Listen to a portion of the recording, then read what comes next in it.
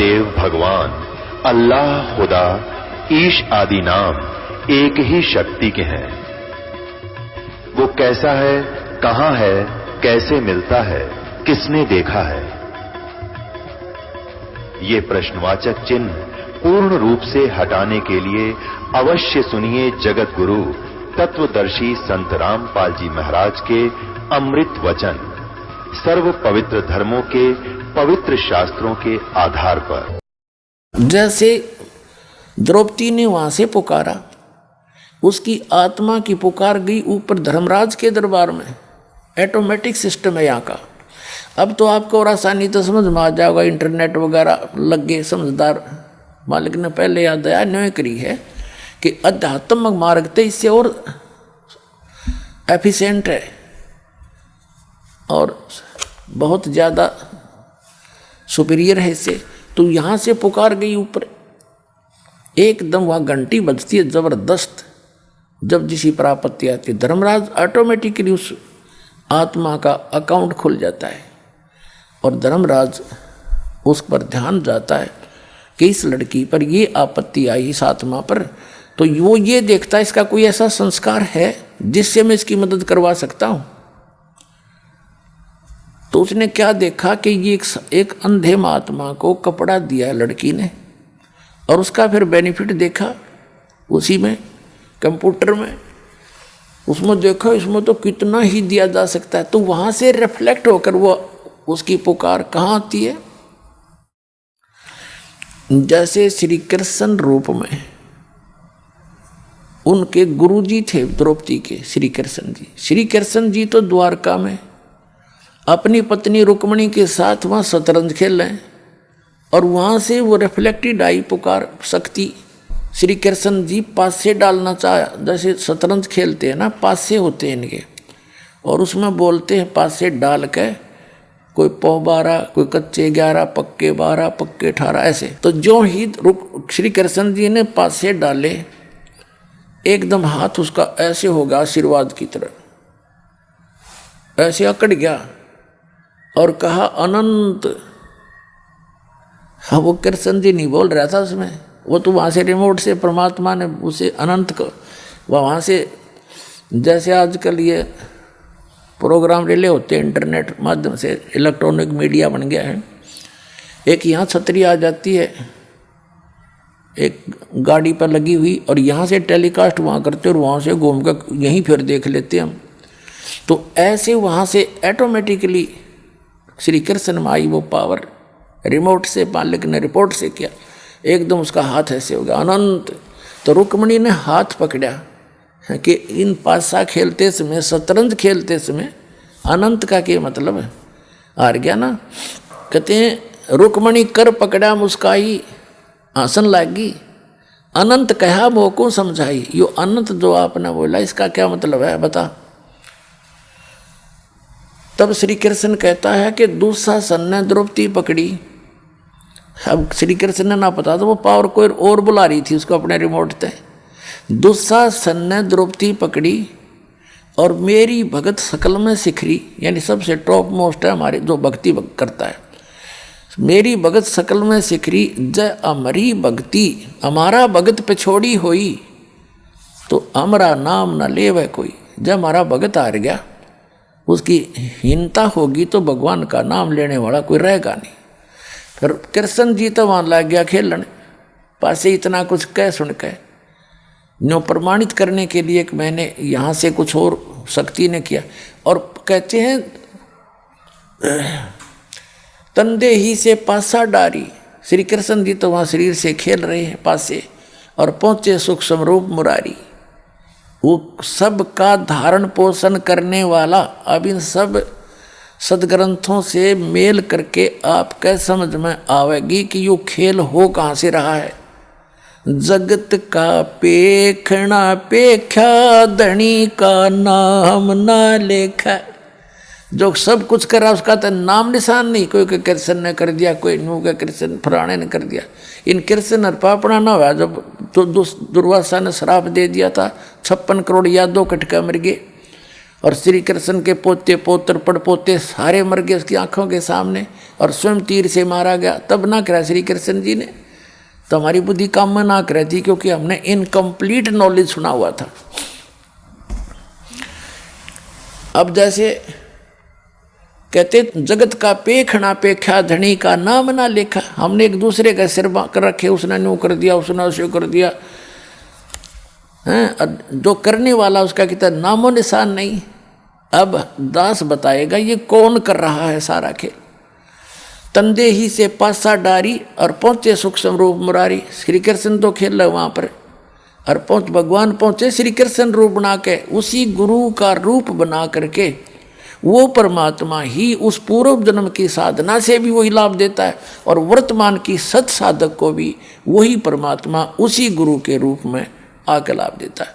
अब यहाँ आपके थोड़ी सी बात समझ में आनी चाहिए कि जैसे कुछ भक्त हैं जो राधा स्वामी पंथ में गए या दूसरे पंथों में, या वैसे कोई अपने मनमुखी भक्ति करते हैं, कोई गुरु जैसा वैसा उन्हें बना रखे, तो उनको भी लाभ होते हैं, लेकिन देता वही भगवान है, उनके पूर्व जन्म के, आगे चार्जर नहीं है उनका। तो 2-4 लाभ उनको हुए हैं वो पूर्व जन्म के भी उसी परमात्मा ने उनके गुरु के रूप में दिए। परमात्मा कबीर जी ये चाहते थे, काल तो ये चाहता है कि भक्तिहीन हो जाए, जैसे पूरा चीन हो गया, और परमात्मा ये चाहते हैं कि इस बिचली पीढ़ी के इस प्राइम टाइम में जो सबको पार करने का और पूरे कंप्लीट स्पिरिचुअल नॉलेज देने का, संपूर्ण अध्यात्म ज्ञान बताने का और सारे सतमंत्र देने का यूँ समय है। परमात्मा चाहते हैं कि कलयुग के इस समय तक इनमें आस्था बनी रहे, चाहिए किसी न पूजे जा, और लाभ होना है उनको उनके पूर्व ही पुण्य से। तो इसलिए उन्हीं के गुरु के रूप में आकर परमात्मा उनको राहत देते हैं उनके पूर्व जन्म के किए हुए पुण्यों से। वो चाहते हैं कि भक्ति बनी रहे। अब ये सब सारा अध्यात्म ज्ञान उन्होंने इसीलिए दिया है कि ये बात उनका भी समझ में आओगी जो वहाँ फंस रहे हैं, उनका छोड़ कर भाग आएंगे यहाँ पर। इसी का नाम कंप्लीट स्पिरिचुअल नॉलेज है, संपूर्ण अध्यात्म ज्ञान इसी को कहते हैं।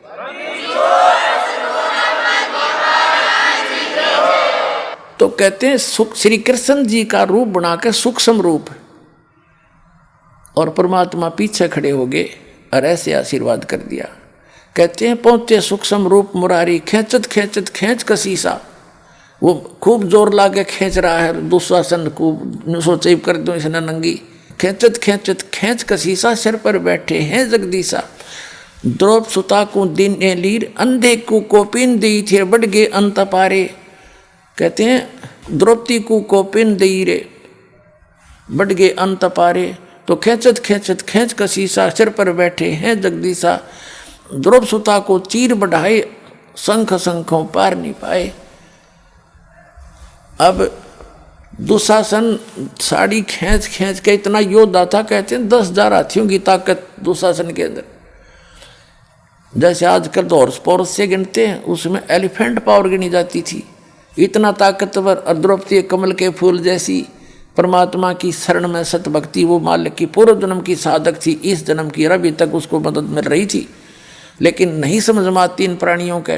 तो फिर परमात्मा ने वो अनंत बढ़ा दिया, दुशासन पसीनम पसीना हो गया, इतना तगड़ा योद्धा। तो फिर कहा था, तो फिर बताया परमात्मा ने आकर के कि द्रौप सुता को दिन ने लीर, जाके अंत बढ़ाए चीर। अब वो तो बात आई गई हुई, दुशासन थक के बैठ गया, भाई कोई पता नहीं क्या जादू कर दिया इसने, तो ये जादू कहने लग जाते हैं फिर जब कर्महीन इंसान। फिर द्रौपदी अपने घर चली गई, बात वहाँ खत्म हुई। अब कुछ दिन के बाद श्री कृष्ण जी आए। श्री कृष्ण जी से द्रौपदी ने कहा है भगवान, मैंने सब जब मेरे सारे संसारिक सहारे खत्म हो गए थे, मेरे पति भी मदद करने योग्य नहीं रहे थे, और भीष्म पिता में द्रोणाचार्य और कर्ण जी ने भी मेरी मदद नहीं करी, और ये मेरी ऐसी समस्या आ गई थी, भगवान आपको याद किया, आपने मेरी लाज रखी। हे परमात्मा, मेरे कौन से कर्म का फल था? अब कृष्ण जी को तो याद भी कोई ना, उस पता भी नहीं था वहाँ क्या हो रहा है, उसकी एक घटना। पुणात्मा यहाँ समझना चाहिए आपने कि वो कहानी करने वाला कौन था। तब द्रौपदी ने बताया ऐसे ऐसे हो गया था, सब ने बताया कि द्रौपदी बड़े कमाल किया आपने, तो गुरु का नाम लिया जाता है, करता भगवान ही है। पांडवों का गुरु भी श्री कृष्ण जी थे, तो श्री कृष्ण जी को दिव्य दृष्टि थी, क्योंकि पुण्य कर्मी प्राणी हैं और परमात्म पद प्राप्त है इनको, 3 लोक के प्रधान हैं, एक विभागीय मंत्री हैं, इनमें इतनी दिव्य दृष्टि होती है। उन्होंने दिव्य दृष्टि से देखा कि हो द्रौपदी, आपने जब आप कंवारी थी अपने पिता के घर पे एक बार स्नान करने गई थी, तो एक अंधे महात्मा की कोपीन बह गई थी जल में, और आपने अपनी साड़ी पाड़ के और उसको कोपीन दी थी। उस एक छोटे से कपड़े का वो फल है तुझे, जिस कारण से भगवान ने तेरी साड़ी बढ़ा दी। अब द्रौपदी उस बात को याद करती है, हे भगवान, हे परमात्मा, एक लीर यानी एक छोटे से टुकड़े के कारण मेरे हो गए चीर अपार, और जब मैं पहले जानती तो सर्वस देती वार। जब मुझे पहले पता होता ऐसा महापुरुष है तो उस पर फिदा हो जाते, पता नहीं नाम लेते, उसे ज्ञान लेते हैं और कुर्बान हो जाते। मैं सर्वस देती वार, मुझे नहीं मालूम था वो इतने महापुरुष थे, एक छोटे से कपड़े के दान करने से आज मुझे इतना लाभ मिला। तो पुण्यात्माओं, आज आपको वो स्थान प्राप्त है, थोड़े से दान का असंख्यों गुणा मिलेगा, और थोड़ी सी भक्ति का आपको असंख्य गुणी भक्ति डिपॉजिट होगी।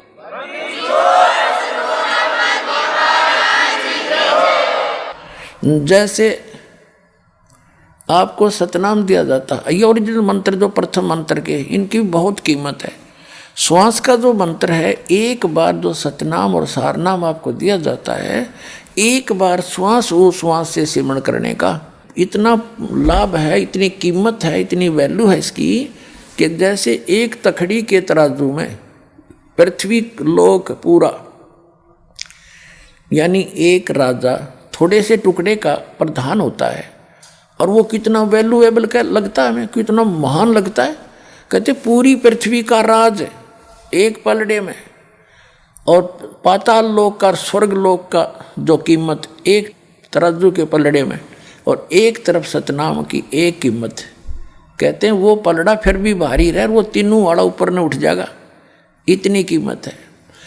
कहते हैं सतनाम पालड़ा रंगोरी हो, और 3 लोग 14 लोग चढ़ावे, 3 लोग तो 5 संग बताए हैं, ये तो वैसे रख देते हैं 5 संग, और 14 लोग चढ़ावे। ओए होए, जैसे ये 3 लोकों से अन्य और 14 लोक हैं, विष्णु जी का लोक, शिव जी का लोक, ब्रह्मा जी का लोक, दुर्गा का लोक, और ऊपर के जो पर बना रखे इन्होंने ब्रह्मलोक के अंदर कई पोर्शन है, ये सारे लोक मिला के, धर्मराज का लोक, ब्रह्म का लोक जो 3-4 पोर्शन उसके अंदर है, ये सारे एक तरफ चढ़ा दे एक पालड़े में। और ये 3 लोक, पृथ्वी लोक, स्वर्ग लोक और पाताल लोक, इन तीनों लोकों में प्राणी हैं जिनके प्रधान हैं ब्रह्मा विष्णु महेश, इन 3 लोकों पर इनकी प्रभुता है। आगे ऊपर ब्रह्मलोक एक अलग से संसार बसा हुआ है, वहाँ पर ये काल कंट्रोल करता है, ऐसे ही 3 रूप बना के वो ऊपर रहता है ब्रह्मा विष्णु महेश का। तो ये अलग से बताएंगे, विषय आज कुछ दूसरा है। तो कहने का भाव, जैसे पासिंग किसे कहते हैं, जैसे पहले पुराने समय में ताखड़ी हुआ करती तराजू, उसके बीच में एक डंडा होता था, 2 तखड़ी ऐसे बांध दिए जाते पलड़े रस्सियों से, तो उसमें कुछ एरर हो जाती थी, पासिंग बोला करते कि इसमें पासिंग है। उसको सेट करने के लिए जो सामान तोलना होता, जैसे हम दास का जन्म किसान घर में हुआ, तो जैसे गेहूँ तोलने आता सेठ लाला जी दुकानदार बिजनेसमैन, तो क्या करता था, घर वाले कहते थे भाई पासिंग देखा इसमें एररलेस तो नहीं है ना, तो उसमें कोई डिफेक्ट होता था, गेहूँ की एक मुट्ठी भर के दूसरे पलड़े में डाल देते थे, वो एररलेस हो जाती थी पलड़ी, वो तखड़े बैलेंस बन जाती थी, उसको पासिंग कहा करते थे। पासिंग डाल दे और उस साइड में बट्टे धर के, और दूसरी तरफ सैकड़ों मनुष्य ताखड़ी से गेहूँ तोल ले जाते थे। वो सौदा न्यारा था, वो पासिंग के थे, एक मुट्ठी गेहूँ थे।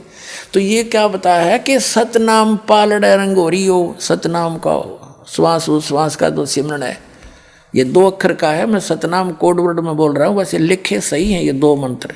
ओम एक तत् पालड़ा रंग होरी हो, सतनाम पालड़ा रंग होरी हो, और 14 लोक चढ़ावे राम रंग होरी हो, 3 लोक पासेंग धरे रंग होरी हो, और तो ना तुले तुलाया राम रंग होरी हो।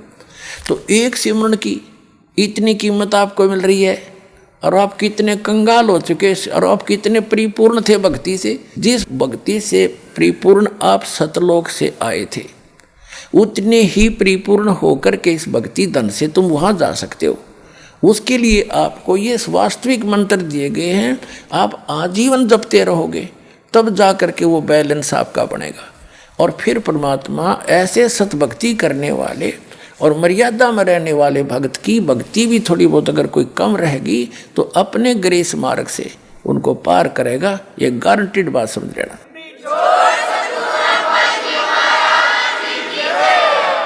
तो कहने का भाव ये है कि जैसे वो समय था, द्रौपदी पछताई पाछे थे कि मुझे पहले ज्ञान होता तो मैं ना जाने क्या दान कर देती। तो वो सतलोक आश्रम वाला ही बाप, जो कुछ भी करोगे उसका असंख्य गुण आपको प्राप्त होगा। ये सत साधना शास्त्र मूल साधना है। अब जैसे कहते हैं गरीबदास कबीर परमात्मा का दिए हुए ज्ञान में एक प्रमाण है कि ऐसी भरी सभा में और 4 जिम्मेवार आदमी थे। एक तो विदुर ने अपना सही रोल किया उस पंचायत में, और ये 3 कर्महीन मलिन आत्मा, बताओ, भीष्म पितामह और ब्रह्मचारी कहावे, द्रोणाचार्य गुरु कहावे, कर्ण और योद्धा कहावे, और वहाँ लड़की को नंगा किया जा रहा, और वह बैठे वहाँ पर। जब वो कुछ भी ना कर्ण के थे, उन्होंने उठ जाना चाहिए था, निकम्मों ने सभा त्याग के, कि वह देखना क्या चाहते थे, उनके अंदर दोष था, फिर वो नंगापन देखने के लिए बैठे थे नीच आत्मा। तो और ना कुछ कहा उन्होंने, ना नो भी नहीं कह सके तुम गलत कर रहे हो। तो कहते हैं भीष्म पितामह और द्रोणाचार्य, इन्होंने महाभारत के समय इनके साथ कैसी दुर्गति से मरे ये तीनों के तीनों।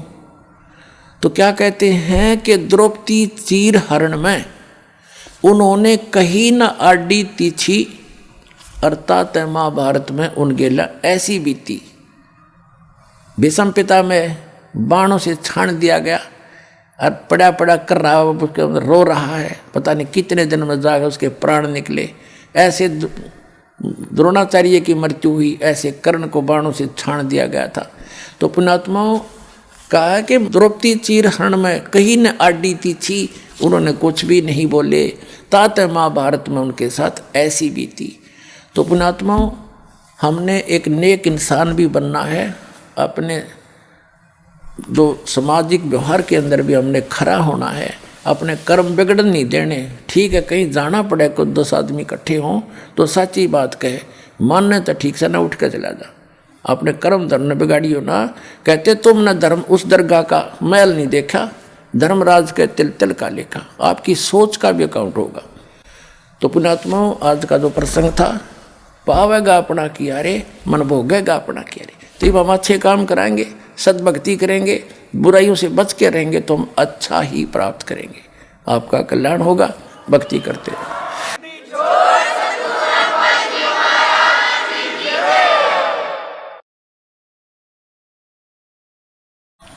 परम पिता परमात्मा पूर्ण ब्रह्म, सारी सृष्टि के रचनहार, कुल मालिक, कबीर देव, कबीर परमेश्वर, अल्लाहु अकबर, परम अक्षर ब्रह्म,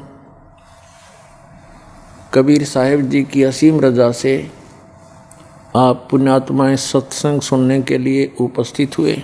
सत्संग में आने से प्राणी को ज्ञान होता है कि मानव शरीर आपको किस लिए प्राप्त हुआ। ये जानकारी सत्संग में दी जाती है कि मानव शरीर परमात्मा पाने, जन्म और मृत्यु के इस दीर्घ रोग को समाप्त करवाने का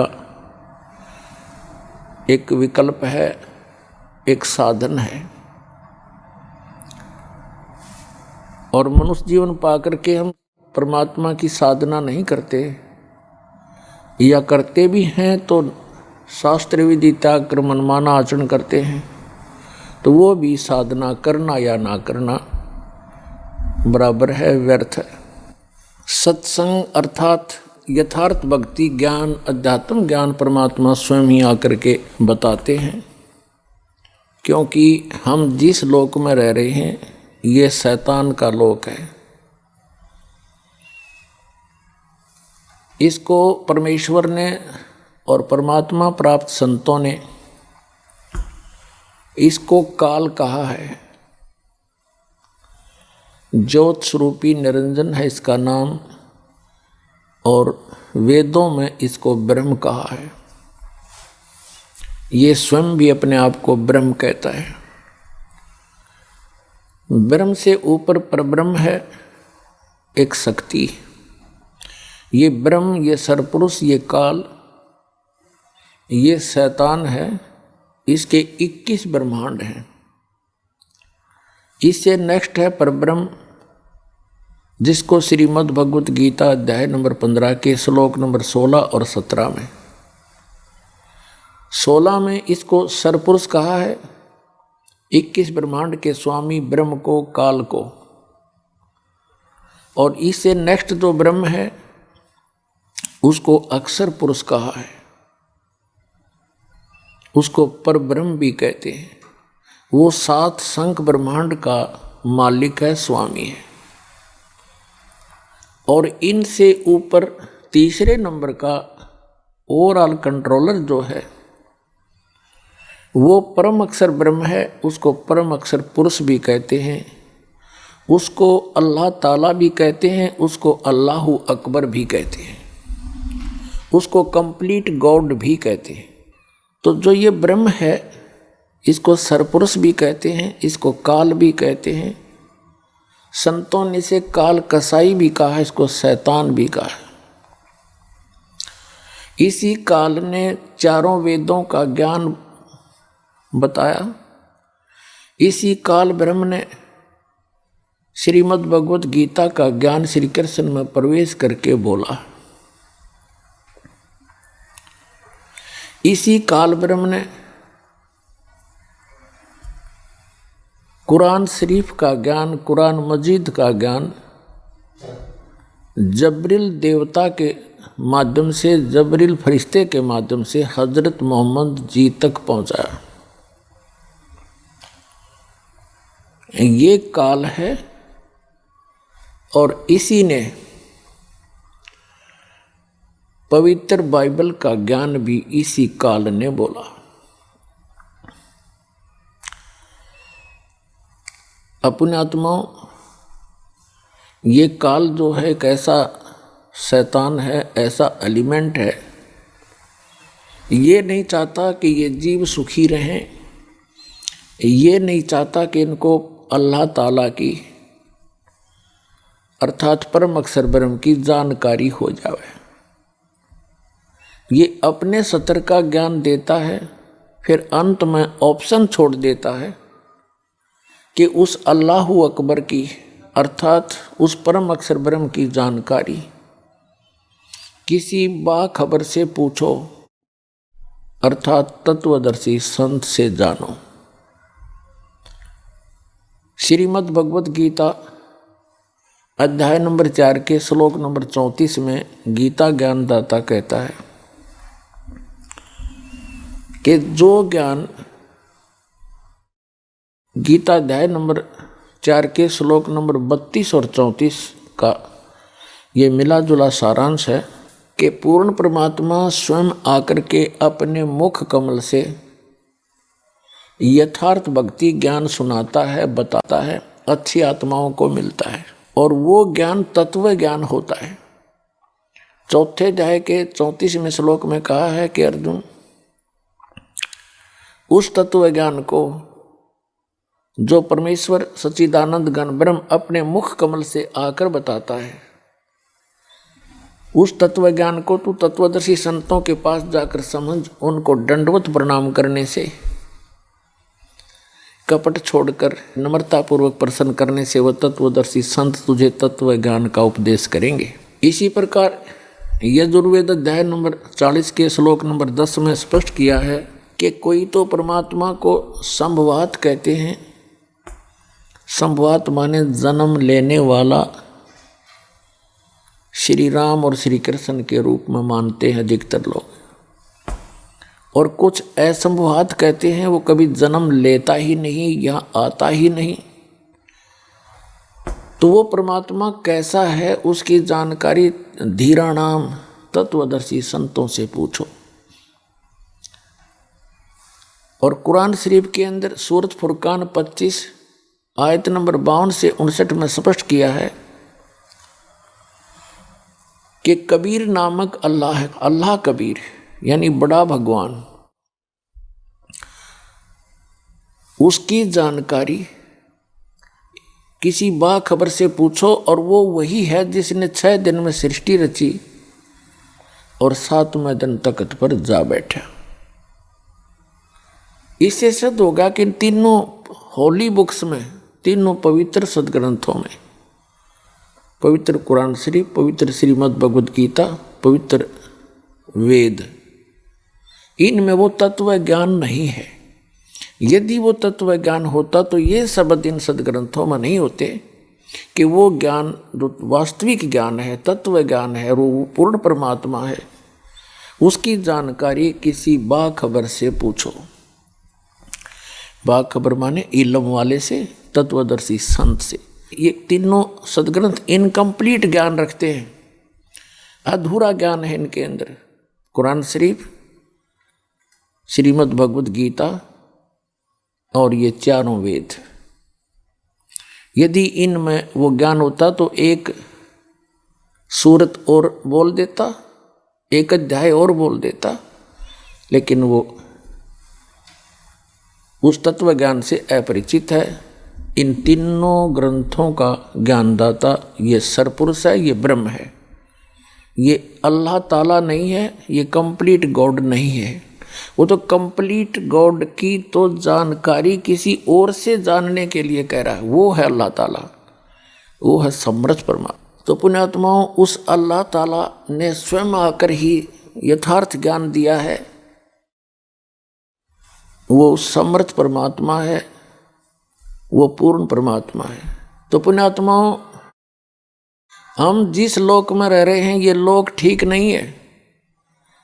ये इस काल भगवान का लोक है। ये नहीं चाहता कि यहाँ के प्राणियों को उस पूर्ण परमात्मा की जानकारी हो, इसलिए ऑप्शन छोड़ देता है कि उसकी जानकारी किसी बाखबर से, तत्वदर्शी संत से पूछो।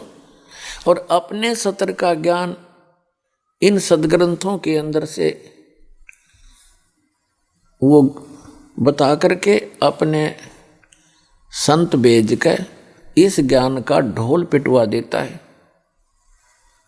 जगह जगह उसको प्रवेश करवा देता है। जन जन अपने उन सदग्रंथों से जो काल ब्रह्म के दिए हुए हैं उन्हीं को पूर्ण ग्रंथ मानकर उन्हीं के आधार से ज्ञान ग्रहण करके निश्चिंत हो जाते हैं। और परमात्मा वो पूर्ण ब्रह्म, परम अक्षर ब्रह्म, जो परमात्मा कबीर, अल्लाह कबीर, अपनी प्यारी आत्माओं को यथार्थ ज्ञान बताने के लिए स्वयं ही आते हैं। और क्या कहते हैं वो आकर के चारों युग में मेरे संत पुकारे, कूक कहा हम हेल रे, हीरे माणिक मोती बरसे, ये जग चुगता डेल रे। परमात्मा कहते हैं हम चारों युगों में आते हैं, अच्छी आत्माओं को मिलते हैं, उनको अपने ज्ञान से, अपने तत्व ज्ञान से और यथार्थ स्थान और अपने स्वरूप से परिचित कराते हैं। फिर वो मेरे से परिचित संत भी मेरी महिमा का गुणगान करते हैं, यथार्थ भक्ति ज्ञान साधकों को बताते हैं। लेकिन उससे पहले ये काल भगवान, ये ब्रह्म अपने अज्ञान को प्रत्येक मानव के अंदर पहले से ही ये भर देता है, आंट देता है। जब परमात्मा आते हैं या उनके संत आते हैं परमात्मा से परिचित, तब सभी उस काल के अज्ञान को ग्रहण करके परमात्मा का विरोध करते हैं, अपने भगवान के उस यथार्थ ज्ञान को सुनते नहीं, और वो साधनाएं करते हैं जो इनको कभी मोक्ष नहीं दे सकती।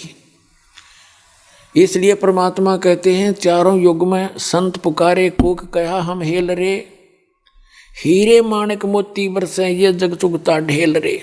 कबीर साहब कहते हैं, वो अल्लाह अकबर कहते हैं, पूर्ण मोक्षदायक ज्ञान और पूर्ण मोक्षदायक वो सत साधना रूपी हीरे और मोतियों की वर्षा करते हैं, लेकिन ये भोली आत्माएं हमारे इस यथार्थ ज्ञान को ना सुनकर, ना समझकर, ग्रहण ना करके ये वो साधनाएं कर रहे हैं जो इनको कोई लाभ नहीं दे सकती, जन्म मरण का दुख नहीं दूर कर सकते, और इनके जो प्रारब्ध के अंदर अर्थात जो किस्मत के अंदर दुख है, पाप कर्मों के कारण दुख होते हैं, तो वो पापों का नाश भी वो साधनाएं नहीं कर सकती। अर्थात वो कंकर पत्थर इकट्ठे किए बैठे हैं जो शास्त्र अनुकूल साधना ना करके, समर्थ भगवान की भक्ति ना करके, अन्य उपासना जो करते हो, अन्य साधनाएं करते हो, वो तो कंकर पत्थर समझो, यानी डले इकट्ठे कर रखे, और जो यथार्थ साधना है वो हीरे मोती लाल है।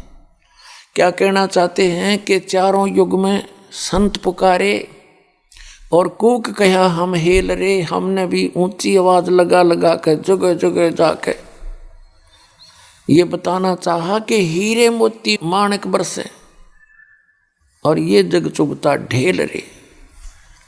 ये बोली आत्माएं लाल और हीरे मोतियों से परिचित ना होने के कारण इन कंकर पत्थर डलों को बहुमूल्य जानकर इनको उठाए फिर रहे हैं। फिर बताते हैं, पर भी लेन जात है दुनिया, हमरा ज्ञान किन्हें ना सुनिया। तो पुण्यात्माओं, ये परमात्मा बड़े दयालु हैं, ये रहमत वाले हैं, और जैसे जो कुरान शरीफ का ज्ञान देता है और श्रीमद् भगवत गीता का ज्ञान दाता है और जो वेदों का ज्ञान दाता है, ये कंप्लीट गॉड नहीं है, ये रहमत नहीं कर सकता, ये किसी के संस्कार को चेंज नहीं कर सकता। यदि किसी का शुभ संस्कार है तो शुभ ही मिलेगा, और किसी के ऊपर कोई पाप कर्म का संकट आना है तो आवे ही आवेगा, उसको रोक नहीं बदल सकते। केवल एक कंप्लीट गॉड जो है अल्लाह ताला बोलते हैं, जिसको कादिर भगवान बोलते हैं, समर्थ परमात्मा कहते हैं, उसको वेदों में गीता में परम अक्षर ब्रह्म कहा है, पूर्ण पुरुष पूर्ण परमात्मा कहा है, और संत भाषा में उसको सत्य पुरुष कहते हैं, और कुरान शरीफ की भाषा में उसको अल्लाहु अकबर कहते हैं, अल्लाह ताला कहते हैं। तो वो समर्थ परमात्मा है, वो हमारे संस्कारों को बदल सकता है।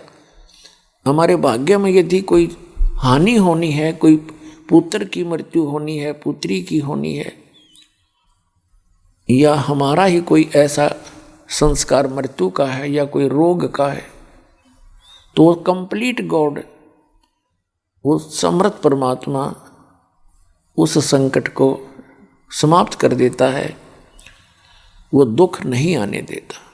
पुण्यात्माओं, कबीर परमेश्वर जी ने हमें आकर के बताया है, उस अल्लाह अकबर ने, कंप्लीट गॉड ने,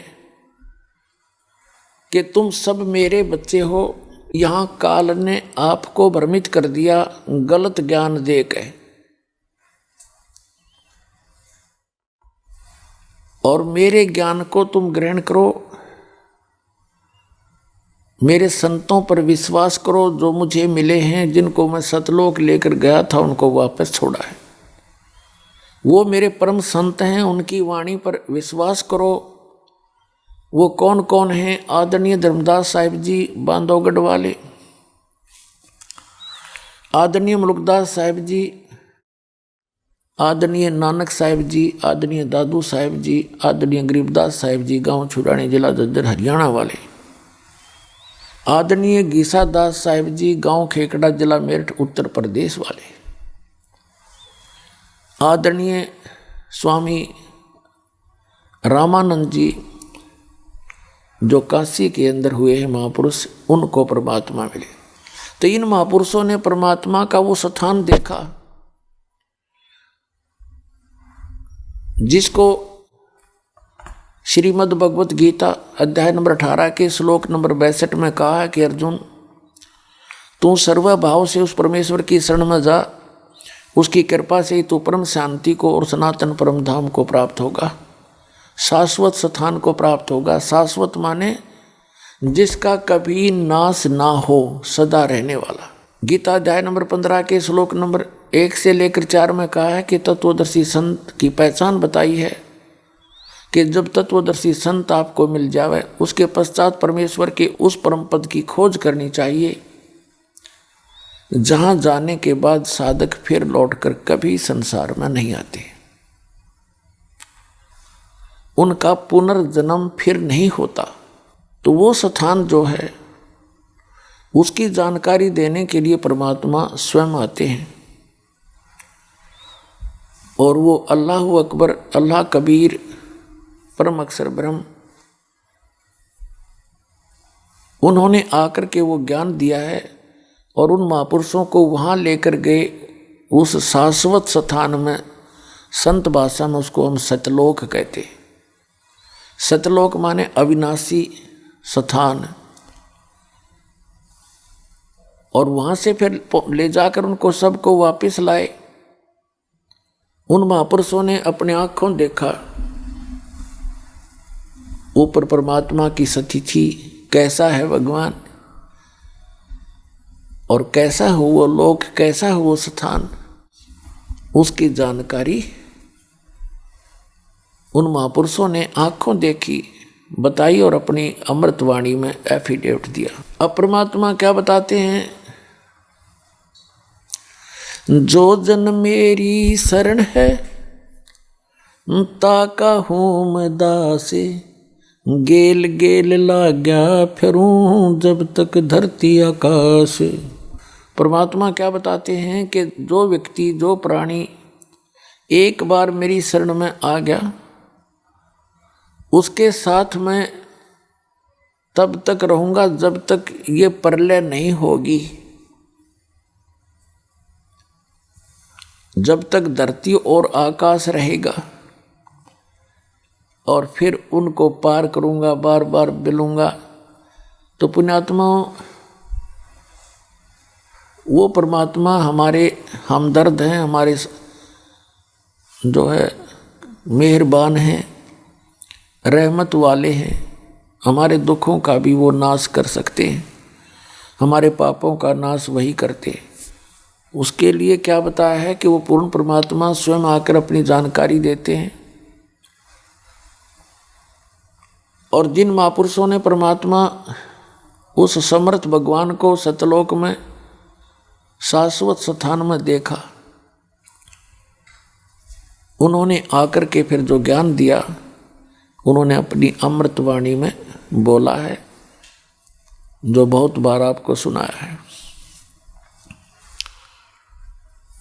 पुण्यात्माओं, परमात्मा पाने के लिए, पूर्ण मोक्ष प्राप्ति के लिए सबसे पहले हमने गुरु बनाना पड़ता है, गुरु धारण करना पड़ता है। कहते हैं कि उस परमेश्वर ने उस सूक्ष्म वेद में जो अपने आप आकर अपने मुख कमल से, वो पूर्ण परमात्मा अल्लाह ताला कंप्लीट गॉड है, परम अक्षर ब्रह्म स्वयं आकर ज्ञान देते हैं, उसमें कहा है, वो सूक्ष्म वेद कहलाता है, उसको तत्व ज्ञान भी कहते हैं। उस तत्व ज्ञान में कहा है कि गुरु बिन माला फेरते, गुरु बिन देते दान, गुरु बिन दोनों निष्फल हैं, से पूछो वेद पुराण। और गुरु भी पूरा हो, ये नकली गुरुओं से नहीं बात बनती है। गुरु पूरा हो, तत्वदर्शी हो। श्रीमद् भगवत गीता अध्याय नंबर 15 के श्लोक नंबर 1 में तत्वदर्शी संत अर्थात पूर्ण गुरु की, पूर्ण मार्गदर्शक की जानकारी दी है। ये उल्टा लटका हुआ संसार रूपी वृक्ष है। ऊपर को जड़ है, नीचे को तीनों गुण रूपी शाखा है। ये सिर्फ संकेत दिया है। ऊपर को जड़ है, नीचे को शाखा, ये उल्टा लटका हुआ संसार रूपी वृक्ष है। और जो संत इसके सभी विभागों को बता देगा वो तत्वदर्शी संत है। अर्थात जो पूरी कंप्लीट क्रिएशन ऑफ वर्ल्ड जानता है, यानी पूर्ण रूप से सारी सृष्टि की रचना से जो परिचित है, वो तत्वदर्शी संत है। उल्टा लटका हुआ संसार रूपी वृक्ष के बारे में गीता अध्याय नंबर 15 के श्लोक नंबर 1 से 4 में वर्णन किया है। उसका थोड़ा सा आपको दिखाते हैं, रूबरू कराते हैं। ये देखिएगा, ये संसार रूपी उल्टा लटका हुआ एक पीपल का वृक्ष जानो, ये ऐसा है। ये संसार रूपी उल्टा लटका हुआ एक वृक्ष है। ये जड़ है, ये तना है, ये मोटी डार है और ये 3 शाखाएं हैं। ऐसी ऐसी और भी बहुत सारी डार होती हैं एक पेड़ के। तो ये जो जमीन से बाहर दिखाई देता जो पोर्शन, इसको पेड़ बोलते हैं, टरी बोलते हैं, वृक्ष बोलते हैं। और जमीन के अंदर जो परोक्ष होता है, गुप्त होता है, वो जड़ें होती हैं। तो जमीन से बाहर दिखता है उसको पेड़ बोलते हैं। तो उल्टा लटका हुआ संसार रूपी वृक्ष, ये तना है, ये मोटी डार है और ये 3 शाखाएं हैं। कबीर परमेश्वर जी स्वयं आकर के उस सूक्ष्म वेद में अर्थात तत्व ज्ञान के अंदर स्वयं बताया परमात्मा ने। अक्षर पुरुष एक पेड़ है, निरंजन कहो, सरपुरुष कहो, सरपुरुष वा की डार और तीनों देवा शाखा हैं, ये पात रूप संसार। उस सूक्ष्म वेद में बताया है परमात्मा ने स्वयं कि अक्षर पुरुष एक पेड़ है जो जमीन से बाहर दिखता है। ये पेड़ से ही शुरू होता है, ये तना है, ये तना तो अक्षर पुरुष समझो। इसके ऊपर फिर डार है, ये सरपुरुष। अक्षर पुरुष एक पेड़ है, सरपुरुष वा की डार और तीनों देवा शाखा हैं। रजगुण ब्रह्मा जी, सतगुण विष्णु जी, तमगुण शिव जी। और ये पात रूप संसार, और ये छोटी छोटी टहनियाँ हैं, ये समझो, ये देवता समझो। और आगे हम, ये पात रूप संसार। और ये जो जड़ है, ये परम अक्षर ब्रह्म है, ये पूर्ण ब्रह्म परमेश्वर है, ये अल्लाह ताला है। इसको अल्लाह ताला कहते हैं, कंप्लीट गॉड बोलते हैं। और दूसरे शब्दों में ये कौन है? ये पूर्ण ब्रह्म, कबीर साहेब परम अक्षर ब्रह्म, ये परमात्मा है, वो पूर्ण ब्रह्म, परम अक्षर ब्रह्म। अक्षर पुरुष हुआ क्या, इसका तना है, और सर पुरुष ये मोटी डार है, और तीनों देवा शाखा, ये पात रूप संसार। अब आप जी को श्रीमद् भगवत गीता से रूबरू कराते हैं। पुण्यात्माओं, पवित्र श्रीमद् भगवत गीता, पवित्र ऋग्वेद, यजुर्वेद, सामवेद और अथर्ववेद, ये विश्व के सभी मानव मात्र के लिए एक सद्ग्रंथ है। एक आप विचार कर लेना, जिस पुस्तक के अंदर मांस खाने का प्रावधान है वो गॉड गिवन स्पिरिचुअल नॉलेज नहीं हो सकता। ये तो एक आम बच्चा भी बता देगा। तो पवित्र चारों वेदों में, पवित्र श्रीमद् भगवद गीता में कहीं पर भी मांस खाने का आदेश नहीं है। और ये पूरे मानव मात्र के लिए है। कोई भी सद्ग्रंथ कोई समय विशेष के लिए नहीं होता, या जाति या कौम विशेष के लिए नहीं होता, या किसी ग्रुप समुदाय का नहीं होता। हम समुदाय बाद में बना बैठते हैं। जैसे ये पवित्र वेद, पवित्र गीता जब बोले गए थे, उसमें कोई मजहब था ही नहीं, कोई धर्म अन्य था नहीं। एक सनातन धर्म था और जो परमात्मा आते हैं चारों युगों में, वो आदि सनातन धर्म का ज्ञान कराते हैं। आदि सनातन, आदि सनातन से भी हटकर फिर सनातन धर्म बन जाता है। उसी सनातन धर्म को आगे चल के हिंदू नाम दिया गया। तो उसके बाद सनातन धर्म के बाद उन्हीं में से बाबा आदम हुए। बाबा आदम से आगे मूसा अलैहिस्सलाम, हजरत मूसा जी, हजरत दाऊद जी, हजरत अब्राहिम जी, हजरत ईसा जी, हजरत मोहम्मद जी, ये बाबा आदम से ही उत्पन्न हुए हैं। उनकी संतति है, आगे उनकी संतान है। और बाबा आदम कौन थे? ये ऋषभदेव जी थे। ऋषभदेव जो जैन धर्म के प्रवर्तक माने जाते हैं। तो हमारे संस्कार आपस में रले मिले हैं। ये बाद में हम बंटते चले गए और बांट दिए। इस काल भगवान ने अपने सतर का अलग अलग ज्ञान दे दिया और अपने फरिश्ते भेज के, अपने दूत भेज के अलग अलग स्थानों पर अलग अलग ज्ञान से भरमार कर दी, जो वेद विरुद्ध यानी सूक्ष्म वेद के विपरीत भी है। तो श्रीमद् भगवत गीता में आपको दिखाते हैं तत्वदर्शी संत की पहचान। श्रीमद् भगवत गीता ये जयदयाल गोविंद का इसके अनुवादक हैं, गीता प्रेस गोरखपुर से प्रकाशित है। अथ पंचदशो अध्याय, प्रथम मंत्र, ये 15वां अध्याय है। ये प्रथम मंत्र, इसमें क्या कहा है कि ऊर्ध्व मूलम अधः शाखम अश्वत्थम प्राहु अव्यम छंदासी यस्य पर्णानि ये तम वेद स वेदवित्। इसका अर्थ है ऊर्ध्व माने ऊपर को, मूल माने जड़ वाला, अधः माने नीचे को, शाखम माने शाखा वाला, अश्वत्थम माने पीपल का वृक्ष, प्राहु माने कहा जाता है ये अव्यय है, अविनाशी। छंदासी यस्य पर्णानि, इसके जो विभाग हैं वो पत्ते आदि, शाखा आदि इसके विभाग हैं। ये तम वेद, जो उस अज्ञान अंधकार में छुपे हुए उस संसारूपी वृक्ष के विषय में जानता है, स वेदवित्, वह है वेद के तात्पर्य को जानने वाला, वो तत्वदर्शी संत है। इबिन की अनुवाद देखिएगा। ऊर्ध्व मूलम का अर्थ इन्होंने कर दिया आदि पुरुष परमेश्वर मूल वाले। ये बताना था आदि पुरुष परमेश्वर तो ऊपर को मूल रूप है। यो ऊर्ध्व माने ऊपर, अधः माने नीचे होती है। इन्होंने यहाँ गलत कर दिया, ब्रह्मा रूप मुख्य शाखा वाले, जिसे ये गलत कर दिया इन्होंने। इन अकल तो थी नहीं इनके अंदर। ये देखो इसके साथ में दूसरे श्लोक में अधः माने, अधः 2 बार है, अधः अधः। इसका अनुवाद इन्होंने यहाँ किया है नेक्स्ट पृष्ठ पे।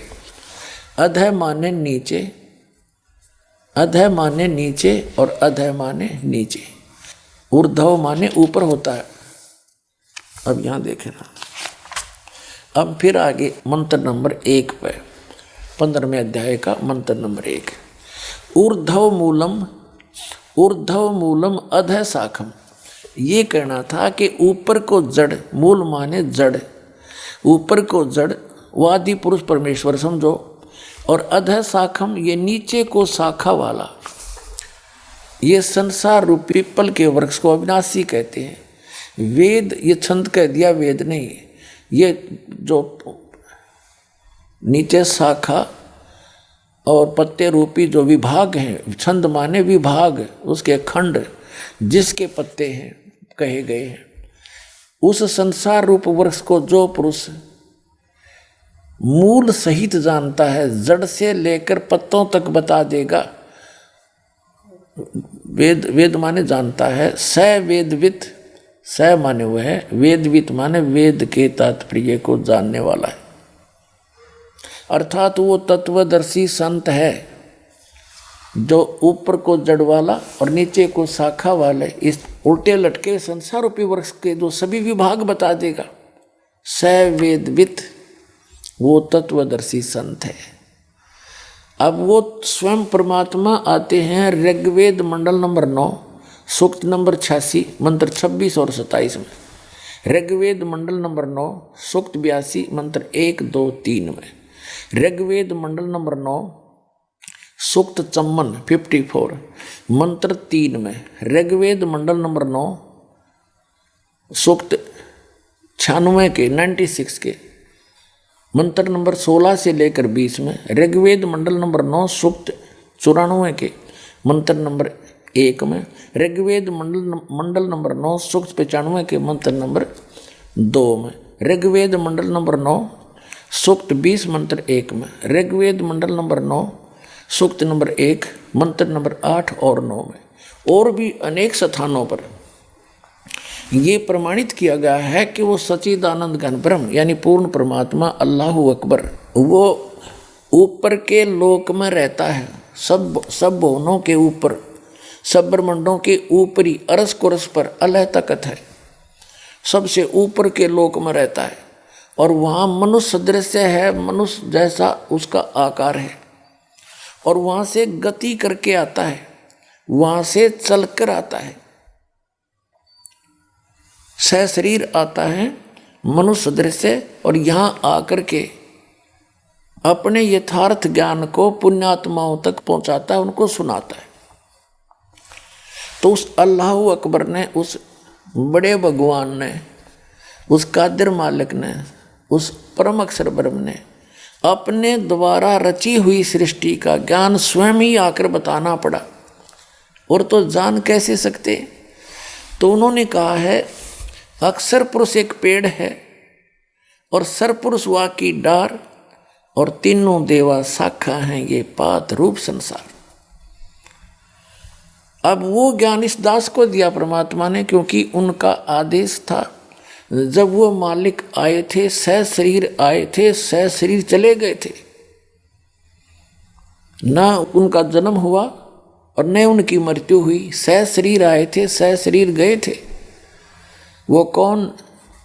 काशी के अंदर वो अल्लाहु अकबर, वो धानक जुल्हा रूप में वो परमात्मा स्वयं वहाँ रहे, अपनी जानकारी आप ही दी, यथार्थ ज्ञान भी आप ही बोला, जो सच्चिदानंद घन ब्रह्म की वाणी में लिपिबद्ध किया गया।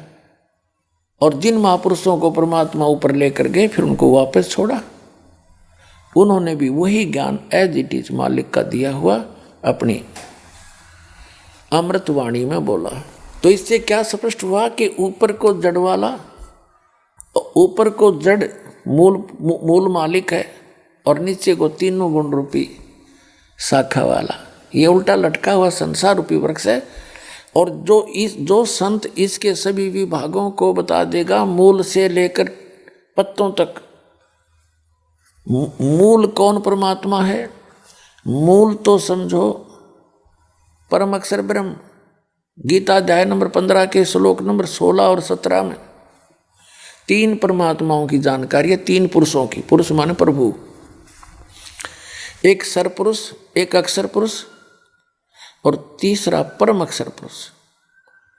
परम अक्षर ब्रह्म कहो, सर ब्रह्म कहो, सर पुरुष कहो, अक्षर पुरुष कहो, अक्षर ब्रह्म कहो, परम अक्षर पुरुष कहो, परम अक्षर ब्रह्म कहो, उसको अल्लाह ताला कहो, उसको अल्लाहु अकबर कहो, परम अक्षर ब्रह्म कहो, और उसको सत्य पुरुष कहो, अविनाशी परमात्मा कहो। उस एक ही परमात्मा के पर्यायवाची शब्द है सरपुरुष और सरब्रह्म और ज्योत स्वरूपी निरंजन काल, ये इस काल ब्रह्म के पर्यायवाची शब्द हैं। और परब्रह्म और अक्षर पुरुष ये इस 7 संग ब्रह्मांड के इस सरपुरुष का पर्यायवाची शब्द है। अपने आत्माओं जो सरपुरुष है, सरपुरुष कहो, इसको सरब्रह्म कहो, इसको काल कहो, शैतान कहो। इसके 21 ब्रह्मांड हैं और 21 ब्रह्मांड के प्राणी जन्म और मृत्यु में सदा रहते हैं। इनकी कभी जन्म और मृत्यु समाप्त नहीं हो सकती। उस पूर्ण परमात्मा ने आके जो मार्ग बताया है, अपनी जानकारी बताई है, उस साधना से फिर ये जन्म और मृत्यु समाप्त हो सकती है। तो सरपुरुष ये 21 ब्रह्मांड का स्वामी है। और अक्षर पुरुष ये 7 शंख ब्रह्मांड का, नील पद्म शंख, 7 शंख ब्रह्मांड का स्वामी है, मालिक है। कंप्लीट गॉड नहीं है, अल्लाह ताला नहीं है। और ये सरपुरुष भी यानी ब्रह्म भी अल्लाह ताला नहीं है, वो परम अक्षर ब्रह्म जो असंख्य ब्रह्मांड का स्वामी है, जो इस अक्षर पुरुष के ऊपर भी मालिक है और सरपुरुष के ऊपर, इस ब्रह्म के ऊपर भी वो मालिक है। वो ओवरऑल कंट्रोलर है, वो वास्तव में महान परमात्मा है, वो अल्लाहु अकबर है, वो परम अक्षर ब्रह्म है। उसको हम अकाल मूर्त, उसी को शब्द स्वरूपी राम, उसी को सतपुरुष सत्य पुरुष कहो और ऑलमाइटी गॉड कहो, कंप्लीट गॉड कहो। वो परमात्मा है। और वही काशी के अंदर, बनारस के अंदर 120 वर्ष रहे, सह शरीर आए थे, शिशु रूप धारण किया, कमल के फूल पर प्रकट हुए। वहाँ से नीरू नीमा नाम के एक दुल्हा दंपत्ति निसंतान थे, वो उठा ले गए। और फिर धीरे धीरे बड़े हुए, अपना यथार्थ ज्ञान प्रचार किया, अपने मुख कमल से बोला वो यथार्थ ज्ञान, उनके मुख कमल से उच्चरित वाणी सच्चिदानंद घन ब्रह्म की वाणी में लिपिबद्ध किया गया धर्मदास जी द्वारा। और वो ज्ञान आज इस दास के पास उपलब्ध है। उसके भी अतिरिक्त कबीर सागर में, कबीर वाणी में सच्चिदानंद घन ब्रह्म ने कहा है कि इस काल को धोखा देने के लिए मैंने बहुत सा ज्ञान दिया, लेकिन वो मूल ज्ञान है उसको अभी गुप्त रखा था, तो वो मूल ज्ञान इस दास को दिया दाता ने। कबीर साहब कहते हैं कि 33 अरब ज्ञान हम बाखा और मूल ज्ञान हमने गुप्त ही रखा। और धर्मदास जी से कहा था, मूल ज्ञान तुम तब तक छुपाई जब तक 12 पंथ ना मिट जाए। तो वो मूल ज्ञान परमात्मा ने जो 33 अरब वाणी बोलकर भी गुप्त रखा था, वो इस दास को दिया। तो वो कंप्लीट स्पिरिचुअल नॉलेज इस दास को कबीर भगवान ने प्रदान किया।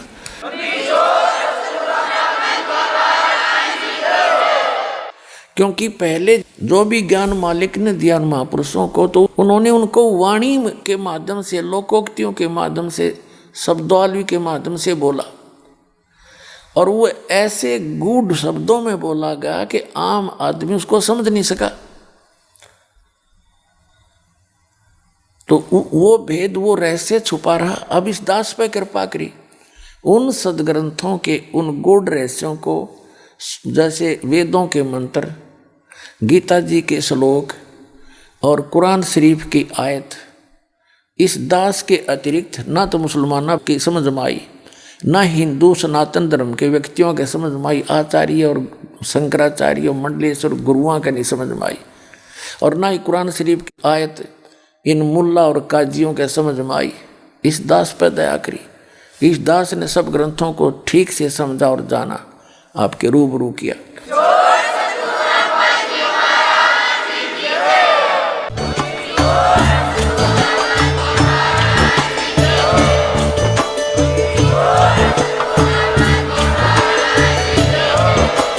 आप सुन रहे थे जगत गुरु तत्वदर्शी संत रामपाल जी महाराज जी के मंगल प्रवचन। अधिक जानकारी के लिए विजिट कीजिए हमारी वेबसाइट www.jagatgururampalji.org। संत रामपाल जी महाराज जी के शुभ आशीर्वाद से पूरे विश्व भर में 500 से भी ज्यादा नाम दीक्षा केंद्र हैं, जिन पर संत रामपाल जी महाराज जी द्वारा ऑनलाइन निःशुल्क नाम दीक्षा दी जा रही है। अपने नजदीकी नाम दीक्षा केंद्र का पता करने के लिए संपर्क करें 8222880541।